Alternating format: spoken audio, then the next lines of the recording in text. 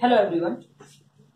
जैसे कि सब आप लोगों को पता है कि हमारे ई लर्निंग क्लासेस चल रहे हैं और इनके रिव्यूज को देखते हुए लग रहा है कि आप इसमें काफी इंटरेस्ट ले रहे हैं, इनको पढ़ रहे हैं। ये बहुत खुशी की बात है। और आगे भी और भी जो वंचित हैं इन क्लास से उनको जोड़िए, इसको शेयर कीजिए, लाइक कीजिए और सब्सक्राइब कीजिए। ये क्लासेस जो है ई लर्निंग क्लासेस आपके फायदे के लिए, आपके एग्जाम को देखते हुए अरेंज किए गए हैं हमारे कॉलेज की तरफ से। तो जितने भी आपके वंचित दोस्त हैं, साथी हैं, उन सबों को इसका लाभ मिलना चाहिए। तो जितना हो सके इसको सब्सक्राइब कीजिए। आप लोग इसकी कंजूसी मत कीजिए, कम कर रहे हैं आप लोग, उसको और भी ज्यादा लाइक कीजिए और शेयर। आज पुनः हम अपने टॉपिक पे आते हैं। जैसे कि आजकल मैं डीएलएड फर्स्ट ईयर का क्लास ले रही हूँ और उसमें कुछ टॉपिक्स पे जो हम क्लासरूम में नहीं कर पाए थे, उन टॉपिक को इन क्लासेस के माध्यम से आप तक पहुंचाने का प्रयास कर रही हूँ। आशा है आपको क्लासेस पसंद आते होंगे और आप इनको आने वाले एग्जाम्स के मद्देनजर ध्यान में रख के पढ़िएगा, क्योंकि सारे इंपॉर्टेंट टॉपिक्स हैं। तो आज हम डीएलएड फर्स्ट ईयर के फिर पेपर F3 के लिए यूनिट 5 से इस टॉपिक पे बात करेंगे। टॉपिक है constitutional arrangement and programmes for early childhood. क्या है? तो प्रारंभिक बाल अवस्था के लिए संवैधानिक व्यवस्था एवं योजनाएं। हमारा तो आप जानते हैं कि हमारा ये सब्जेक्ट है क्या, ईसीसी। तो हम जो पढ़ते हैं प्रारंभिक बाल अवस्था, देखभाल और शिक्षा।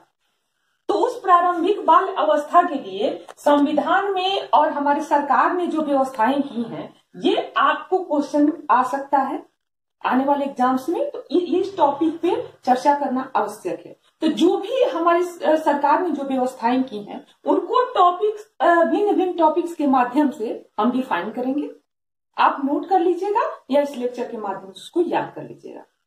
तो हमारा क्या टॉपिक है? तो पहला क्या है? तो इंडियन कॉन्स्टिट्यूशनल अरेंजमेंट 45 एक्ट, अनुच्छेद 45 क्या कहता है? भारतीय संवैधानिक व्यवस्था अनुच्छेद 45 ये क्या कहता है? हमने भारतीय संवैधानिक व्यवस्था अनुच्छेद 45 ये कहा। इस टॉपिक पर भी हम आएंगे, पर सबसे पहले आप इसको समझिए। प्रारंभिक बाल अवस्था के लिए संवैधानिक व्यवस्था एवं योजनाएं किस प्रकार की हैं, पहले हम इसको समझेंगे, फिर हम इस टॉपिक पे आएंगे। तो कि इसमें है कि जिस प्रकार एक पक्षी के लिए दोनों पंखों की आवश्यकता होती है, जिस तरह एक मानव के लिए दोनों भुजाओं की आवश्यकता होती है, आंखों की आवश्यकता होती है, उसी प्रकार समाज में महिला और पुरुष दोनों की आवश्यकता है। महिला और पुरुष, जैसे कि हम कहते हैं कि एक गाड़ी के दो पहिए हैं, इनके बगैर समाज की स्थापना संभव नहीं है, इस सृष्टि का निर्माण संभव नहीं है महिला और पुरुष के बगैर। ये गाड़ी के दो पहिए माने जाते हैं, लेकिन समाज में महिला और पुरुष में अत्यंत भेदभाव बढ़ता जाता है आज भी।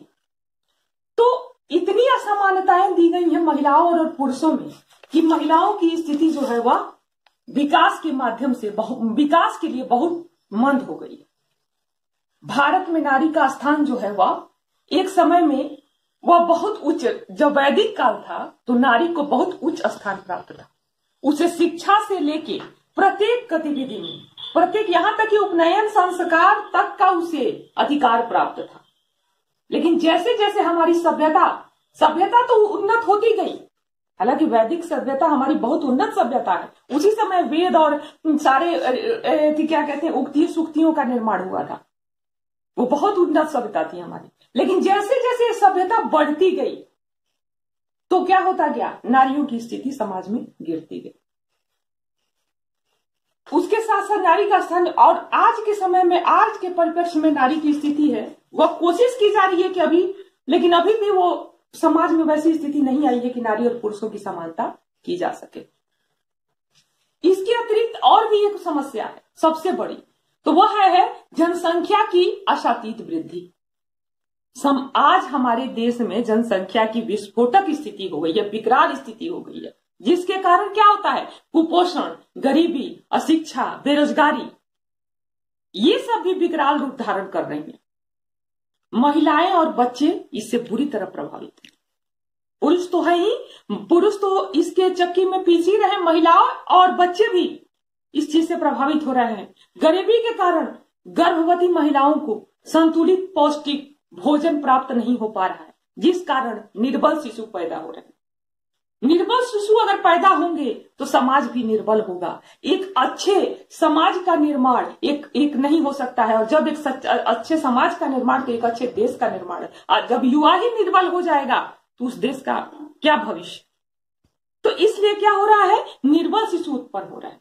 सरकार ने बच्चों के तथा माताओं के लिए कल्याण के लिए, माताओं के कुपोषण को दूर कर, बच्चों के कुपोषण और माताओं की जो ये प्रॉब्लम्स है, जो उनकी भूख और बीमारी है, उसको दूर करने के लिए अनेक प्रकार की योजनाएं चला रखी है, जिसमें ICDS योजना, ICC, इस प्रकार की कई प्रकार की योजनाएं।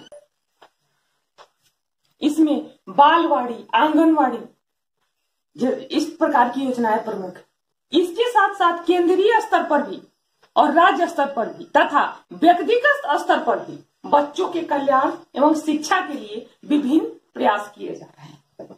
तो इन विभिन्न प्रयासों को ही हम इन पॉइंट्स के माध्यम से डिफाइन करेंगे।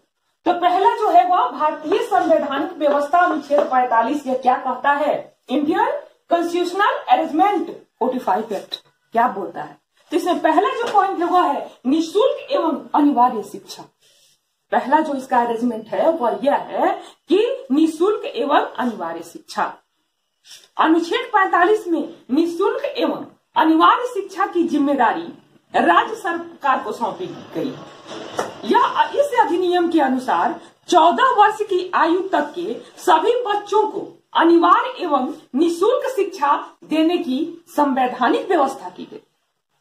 14 वर्ष के बच्चों तक को निःशुल्क, जैसे कि आप देख रहे हैं सरकारी विद्यालय में पोशाक योजना, साइकिल योजना, MDM, उनको आहार, पोशाक, किताबें, सब कुछ क्या है, निःशुल्क दी जा रही है।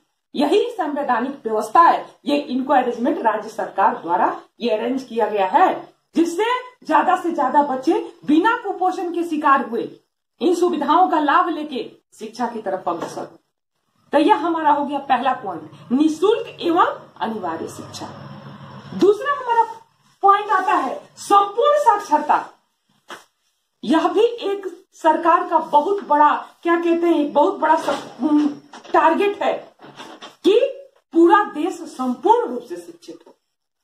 हमारा देश आप जानते हैं विकासशील है, विकसित नहीं है। एक विकसित देश के निर्माण के लिए वहां सबसे बड़ी बात है संपूर्ण, सबसे चीज है संपूर्ण साक्षरता।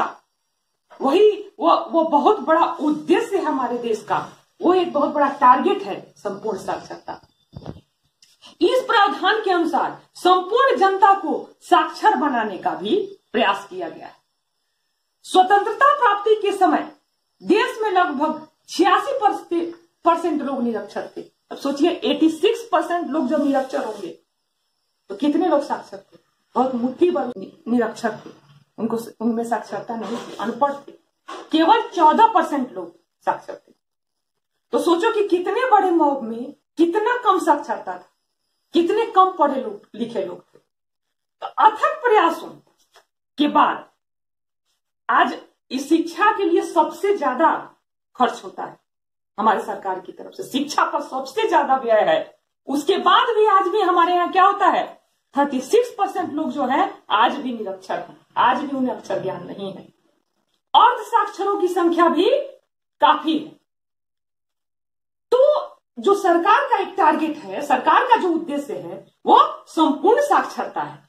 उन निरक्षरता, क्यों निरक्षरता है, उन क्यों अनपढ़ है लोग, क्यों हमारे यहाँ साक्षरता की कमी है, क्या उसके कारण है, उनके जड़ में जान के उनको दूर करने का प्रयास किया जा रहा है। इसके लिए तरह तरह के योजनाएं बनाई जाती हैं, तरह तरह के नियम बनाए जाते हैं और उस पर अमल लाया जाता है कि ज्यादा से ज्यादा लोग शिक्षा से जुड़े और साक्षर बने। अब हमारा तीसरा पॉइंट आता है राष्ट्रीय शिक्षा नीति 86। शिक्षा नीति 86 हमारा अगला पॉइंट। तो यह क्या कहता है, राष्ट्रीय शिक्षा नीति 86, क्यों इसका शुरुआत किया गया? तो यह कहता है कि प्राथमिक शिक्षा का दायित्व केंद्रीय सरकार तथा एवं राज्य सरकार तथा स्वैच्छिक संस्थाओं को संयुक्त रूप से माना गया है। इन तीनों का दायित्व है प्राथमिक शिक्षा। इन दोनों को मिला के प्राथमिक शिक्षा का दायित्व इनको दिया गया है। किस किस को? तो केंद्र सरकार को, राज्य सरकार को और स्वैच्छिक संस्थाओं को। राष्ट्रीय शिक्षा नीति 86 में भी कहा गया है कि 14 वर्ष की आयु के सभी बच्चों के लिए निःशुल्क एवं अनिवार्य शिक्षा की व्यवस्था हेतु संविधान के अनुच्छेद 45 के अधीन दिए गए निर्देशक सिद्धांतों के अमल में के लिए श्रम पूर्वक प्रयत्न करने की आवश्यकता है। यह सुनिश्चित करने के लिए कि विद्यालय में दाखिल प्रत्येक छात्र सफलतापूर्वक अपना पाठ्यक्रम पूरा कर रहा है कि नहीं, इसके लिए उपयुक्त कार्यक्रमों की योजना बनाकर उनका क्रियान्वयन करना चाहिए। यह इस चीज को सुनिश्चित करता है, मतलब अनुच्छेद 45 के जो नियम बनाए गए हैं वह अनुच्छेद यह नीति शिक्षा नीति 86 को सुनिश्चित करती है कि अगर बच्चा स्कूल गया है तो सफलतापूर्वक साक्षरता का जो टारगेट है उसको पूरा कर रहा है, वो साक्षर हो रहा है कि नहीं, वो पढ़ रहा है कि नहीं, उसे शिक्षा प्राप्त हो रही है कि नहीं। इसके लिए जो नियम बनाएगा वह है राष्ट्रीय शिक्षा नीति 86। इस प्रकार हमने इस प्रारंभिक बाल अवस्था के लिए संवैधानिक व्यवस्था एवं योजनाओं के बारे में पढ़ा। यह हमारा फर्स्ट लेक्चर है इस टॉपिक पे।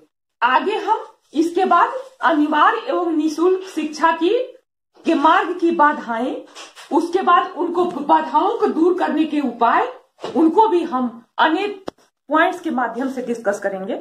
आशा है आप इन चीजों को नोट करिए, इनको लेक्चर के माध्यम से पढ़िए, ये बहुत आवश्यक है आपके लिए। Thank you.